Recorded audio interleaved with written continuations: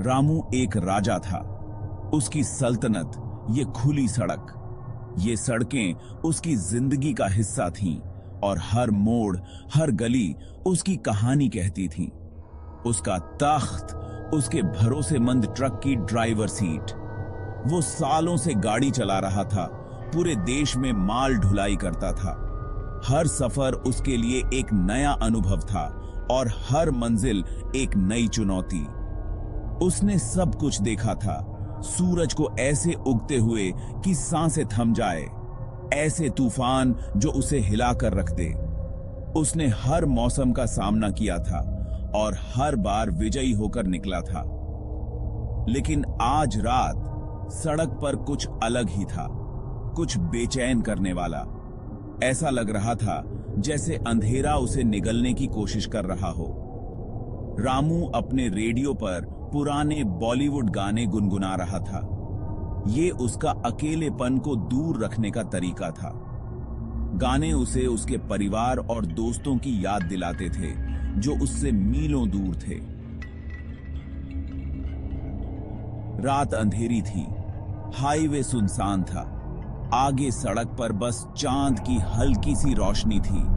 ये रोशनी उसे एक उम्मीद की किरण देती थी जो उसे आगे बढ़ने के लिए प्रेरित करती थी। उसकी हेडलाइट अंधेरे को चीरती हुई, इंजन की आवाज एक स्थिर गूंज। ये गूंज उसे एक अजीब सी शांति देती थी, जैसे कोई पुराना दोस्त उसके साथ हो।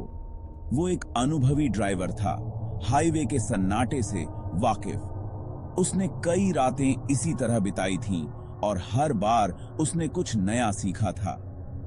लेकिन आज रात उसके दिल में एक अजीब सी बेचैनी रेंग रही थी। ऐसा लग रहा था जैसे कुछ अनहोनी होने वाली हो। उसने उस एहसास को अनसुना कर दिया। ये बस खामोशी थी जो उसके दिमाग से खेल रही थी। उसने खुद को समझाया कि ये सिर्फ उसकी थकान का असर है। वो घंटों से सड़क पर था। दिल्ली में अपनी आखिरी डिलीवरी के बाद से उसने कई किलोमीटर का सफर तय किया था और अभी भी उसे मीलों का सफर तय करना था। उसका अगला पड़ाव चंडीगढ़ था, एक लंबी ड्राइव जो उसे कुछ वीरान इलाकों से होकर ले जाएगी। ये रास्ते उसे हमेशा से पसंद थे क्योंकि यहां उसे खुद से मिलने का मौका मिलता था। परंपरा से डी कासने बसका दिए कि उसे पाई से सम की कोई चिंता नहीं थी। वो रामू था, सड़क का राजा, और कोई भी सड़क उसे डरा नहीं सकती थी।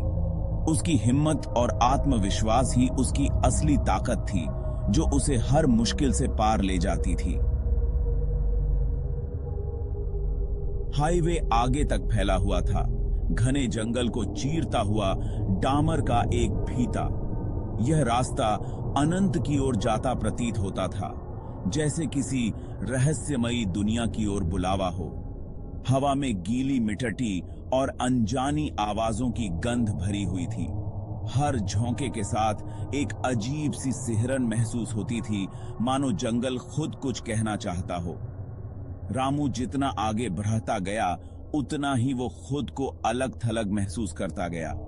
उसकी आंखों में थकान और दिल में एक अजीब सी बेचैनी थी। पेड़ सड़क पर ऐसे दबाव डाल रहे थे मानो उनकी परछाइयां उसकी हेडलाइट में मरोड़ खा रही थीं। हर परछाई एक नई कहानी बयां कर रही थी, एक नई रहस्य की परत खोल रही थी। उसने अपनी घड़ी पर नजर डाली। लगभग आधी रात। समय जैसे थम सा गया था और हर मिनट एक घंटे जैसा महसूस हो रहा था। उसे देर हो रही थी। उसकी मंजिल अभी भी दूर थी और रास्ता और भी लंबा लगने लगा था। उसने एक्सीलेटर पर पैर दबाया। उसका ट्रक खामोश रात में दहाड़ता हुआ आगे बढ़ गया। इंजन की गूंज ने रात की खामोशी को चीर दिया। रेडियो कर्कश आवाज करने लगा। संगीत धीमा और तेज हो रहा था। यह आवाजें जैसे किसी और ही दुनिया से आ रही थीं। यहां तक कि उसका भरोसेमंद रेडियो भी इस अजीब माहौल से प्रभावित लग रहा था। सिग्नल की गड़ी ने उसकी बेचैनी को और बढ़ा दिया। उसने घुंडी को घुमाया। लेकिन सिग्नल कमजोर ही रहा। हर बार की कोशिश के बाद भी कोई स्पष्ट आवाज नहीं आई। उसने आह भरी, खुद को खामोशी के हवाले कर दिया। यह खामोशी अब उसकी साथी बन चुकी थी। काश उसने अपनी पत्नी की रात में गाड़ी न चलाने की विनती को नजरअंदाज न किया होता। उसकी चिंता अब उसे और भी ज्यादा सताने लगी थी। हवा तेज होने लगी, पेड़ों की पत्तियां सरसराहट करने लगी। यह आवाजें जैसे किसी अनदेखे खतरे की चेतावनी दे रही थी। ये फुसफुसाहट जैसा लग रहा था, हवा में बहता हुआ। हर फुसफुसाहट में एक अनकही कहानी छुपी हुई थी। उसने अपना सर हिलाया, अपने मन को साफ करने की कोशिश कर रहा था। उसे खुद को यकीन दिलाना था कि यह सब बस उसका वहम है। ये बस हवा थी, बस पेड़, कोई भूत या प्रेत नहीं। डरने की कोई बात नहीं थी। यह सब बस उसकी कल्पना थी, कुछ और नहीं। वो तर्क का आदमी था, सड़क का आदमी। उसे अपने काम पर ध्यान देना था और किसी भी डर को अपने ऊपर हावी नहीं होने देना था। भूत प्रेत तो बस कहानियां थीं।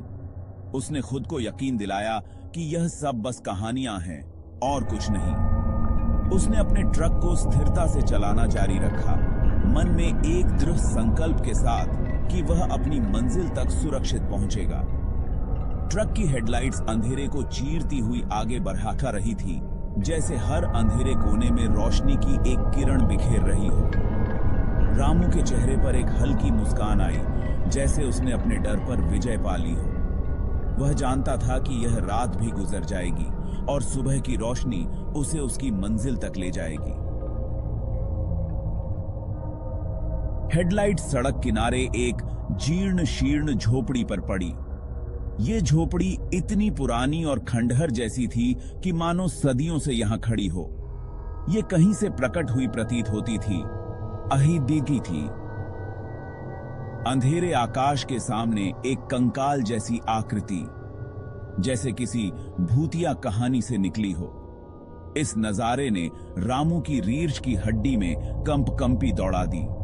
उसकी सांसें तेज हो गईं और दिल की धड़कनें बढ़ गईं। वो धीमा हो गया। उसकी निगाहें झोपड़ी की एक खिड़की पर टिक गईं। खिड़की में कुछ अजीब सा दिख रहा था। अंदर एक हल्की सी रोशनी टिमटिमा रही थी, मानो एक अकेली चौकस आंख हो। ये रोशनी रहस्यमयी और डरावनी थी। उसने आंखें मूंद लीं। उसका दिल तेजी से धड़क रहा था। क्या वो शिबा बाबी की अंदर कोई था, या ये उसकी कल्पना का खेल था? इस वीरान जगह पर, इस घंटे, यहां कोई क्यों होगा? ये सवाल उसके मन में गूंज रहे थे। उसे अचानक से गाड़ी भगाने की तीव्र इच्छा हुई, खुद को और उस भयानक झोपड़ी के बीच जितनी दूरी हो सके बनाए रखने के लिए। लेकिन उसके हाथ स्टीयरिंग व्हील पर जमे रहे। लेकिन कुछ उसे रोक रहा था, एक अदृश्य ताकत जो उसे वहां से हटने नहीं दे रही थी। ये देखने की एक अजीब सी जिद थी कि अंदर कौन या क्या है। उसकी जिज्ञासा डर से भी ज्यादा प्रबल हो गई। जैसे ही उसने देखा, खिड़की में एक आकृति दिखाई दी। ये आकृति धीरे धीरे स्पष्ट हो रही थी। सफेद रंग में लिपटा एक लंबा दुबला पतला पुतला। ये आकृति इतनी भयानक थी कि उसकी रूह कांप उठी। ये खड़े होने के बजाय तैरता हुआ सा लग रहा था। उसका चेहरा परछाइयों से ढका हुआ था, मानो वो इस दुनिया का नहीं हो। अंधेरे में दो लाल बत्तियां चमक रही थीं, जैसे रात में अंगारे। ये आंखें उसकी आत्मा को भेद रही थीं। आंखें उसे देख रही है। ये आंखें इतनी भयानक थीं कि उसने कभी ऐसा कुछ नहीं देखा था। रामू का खून ठंडा हो गया। उसका चेहरा सफेद पड़ गया, जैसे किसी ने उसकी जान निकाल ली हो। उसने एक्सीलेटर पर अपना पैर पटक दिया। ट्रक आगे बढ़ा सी टूटिया। वो जितनी जल्दी हो सके वहां से भाग जाना चाहता था। उसने झोपड़ी पर नजर डाली। वो आकृति चली गई थी। क्या उसने कल्पना की थी? उसने अपना सर हिलाया। ऐसा नहीं हो सकता। छवि उसके दिमाग में बस गई थी। भूतिया आकृति, चमकती हुई लाल आईज। अचानक ट्रक हड़बड़ाने लगा। इंजन की खांसी, हेडलाइट टिमटिमाई और फिर सब अंधेरा हो गया। ट्रक रुक गया, रामू को घुप अंधेरे में धकेल दिया। सन्नाटा छा गया, पहले से ज्यादा भारी और दमनकारी। वो अकेला था, कहीं बीच में फंस गया था, परछाइयों में जो भी दुबका हुआ था। उसने अपने लाइटर के लिए टटोला। छोटी सी लौ भारी अंधेरे में एक प्रकाश स्तंभ थी। मिट्टी के तेल की जानी पहचानी गंध उसके धड़कते दिल को शांत करने के लिए बहुत कम थी। उसने फिर से इग्निशन की कोशिश की, लेकिन इंजन स्टार्ट नहीं हुआ। उसका दिल बैठ गया, वो फंस गया था। अंधेरे में एक टहनी टूटी, फिर दूसरा। कुछ वहां था, करीब आ रहा था। लाइटर को कसकर पकड़े हुए उसका हाथ कांप रहा था। उसकी उंगलियां सफेद पड़ गईं। उसने खिड़की का शीशा नीचे किया। दे अंधेरे में झांक रहा था। जंगल अनदेखी आंखों से जीवंत लग रहा था। पत्तियों की सरसराहट उसकी रोशनी की पहुंच के ठीक बाहर फुसफुसाहट की तरह लग रही थी। फिर उसने उसे देखा।